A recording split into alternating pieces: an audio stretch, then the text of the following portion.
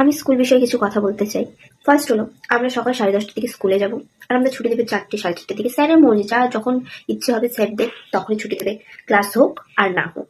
Class না হলে পরে তুমি ঘরেতে চুপচাপ থাকো, লাস্ট পিরিয়ডে তোমার হোক না হোক, কিন্তু তোমাদেরকে সেই 4:30টার দিকেই ছুটি দেবে। কোনোদিন 7 পিরিয়ড হয়, কোনোদিন 8 পিরিয়ড হয়, কিন্তু আমাদের প্রত্যেকটা দিনই স্যারদের মর্জিতেই ছুটি দেবে। কোনোদিন আগে দিয়ে দেবে, কোনোদিন পরে দিয়ে দেবে, ঠিক নেই ভাই, যখন খুশি। কিন্তু স্কুল থেকে বেরোনো কোনো চান্স নেই। জেলখানার মধ্যে তোমরা ঢুকে থাকো, ওই 10:30 থেকে 4:30 তোমাদের একটা জেলখানায়, কারণ কিচ্ছু করতে পারবে না নিজের মর্জিতে। আর সেকেন্ড হচ্ছে, স্কুল না গেলে তোমার পড়াশোনা হবে না ফ্যামিলির চোখে। বাবা মা প্রত্যেকবার বলবে স্কুলে যা, স্কুল ছাড়া কোনোদিন পড়াশোনা হয়? কেন হয় না ভাই? বাড়িতে পড়লেও হয়, টিউশনে পড়লেও হয়, কিন্তু না, তাদের কাছে স্কুল মানেই পড়াশোনা।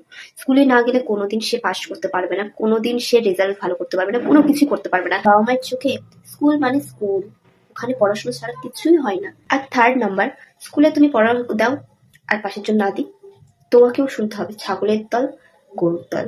কারণ স্যারদের যতই পড়াশোনা করো, যতই যা কিছু স্কুলে করো, স্যারদের কাছে কোনোদিন নাম পাবে না, কোনোদিন না। একদিন পাবে তো পরের দিন বলবে তুই ছাগল, তুই গরু ছাগল। আমাদেরকে গরু ছাগল মনে হয়?